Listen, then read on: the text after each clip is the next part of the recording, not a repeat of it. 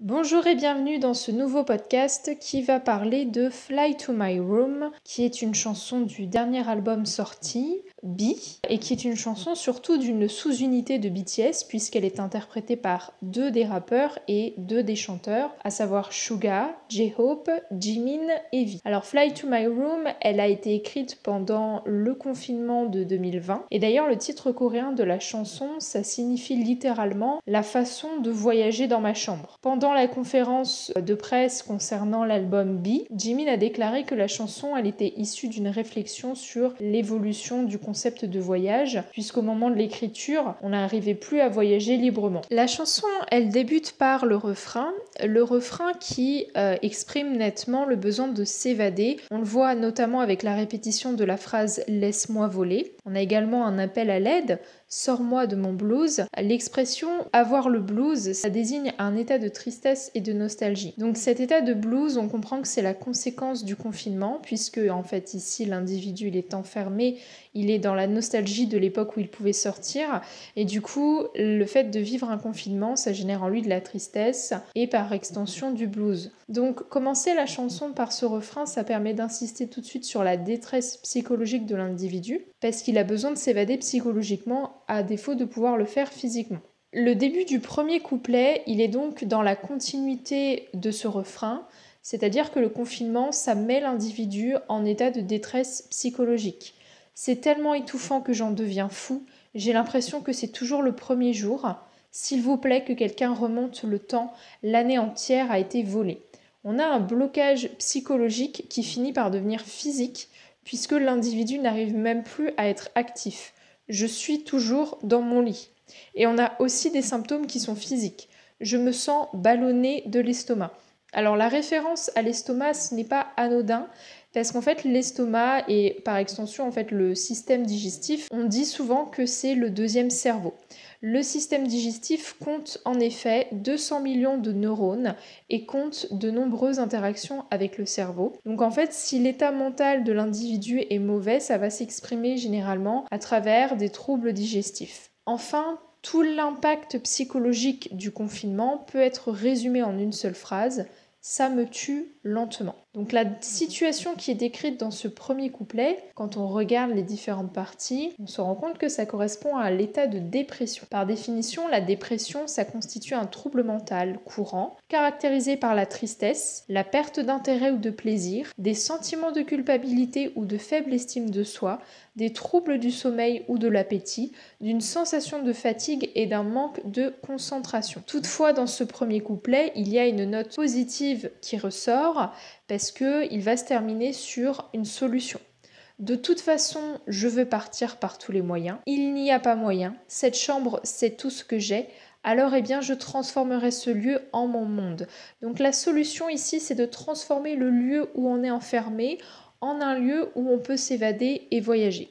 Et d'ailleurs, il y a un jeu de mots dans le texte, puisqu'il y a deux mots en anglais qui vont permettre de faire un jeu de mots avec ces termes-là.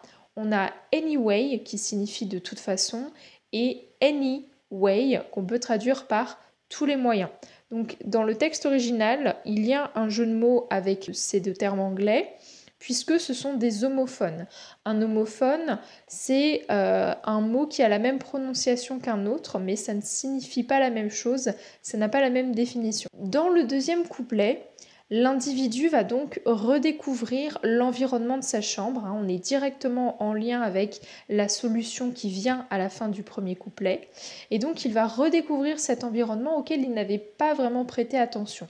Ce paysage qui semble soudainement inconnu, perdu dans ma mémoire sans raison. Il finit par trouver de l'intérêt dans ce qui l'entoure, notamment dans les éléments de sa chambre qu'il va considérer sous un œil nouveau. Même le vieux bureau et même la changeante lumière du soleil ont l'air spécial. Donc une nouvelle solution lui apparaît, il va vivre une prise de conscience, une meilleure façon.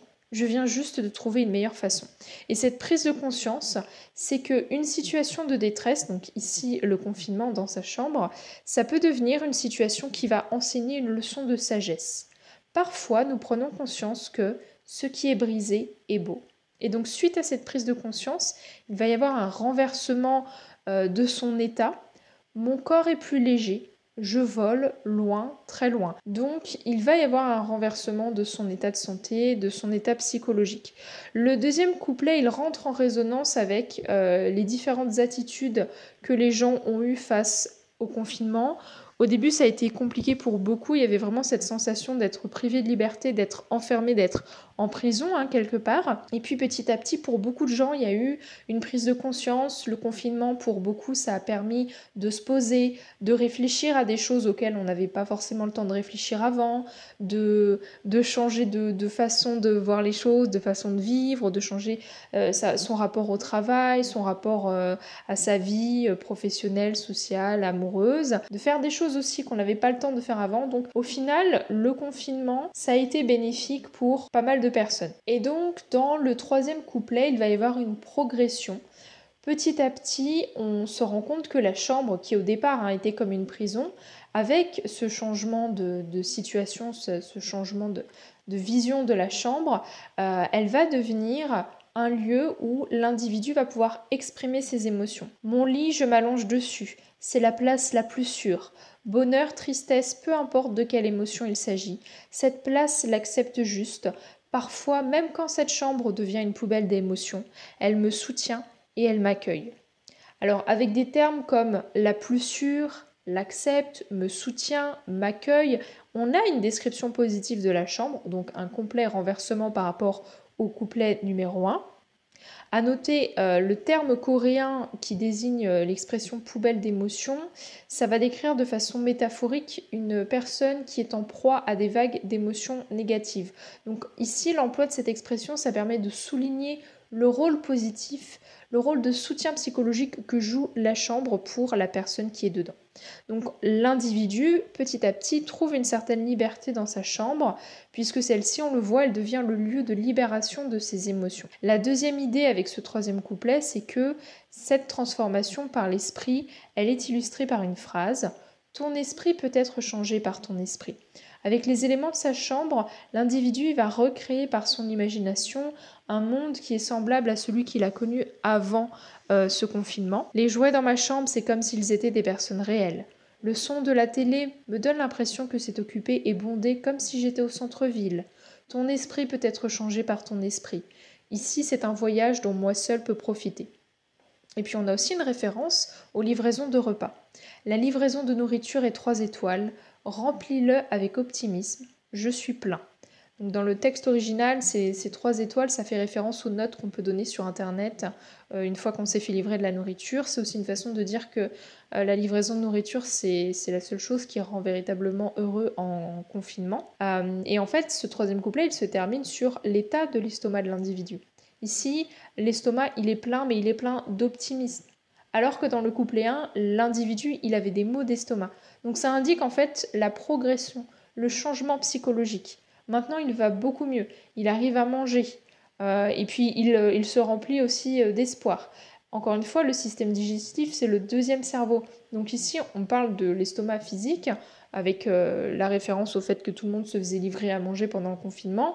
Mais surtout, ça indique cette progression psychologique qui a été parcourue tout au long de la chanson. En conclusion, Fly to My Room, ça décrit ce que beaucoup de personnes ont vécu avec le confinement.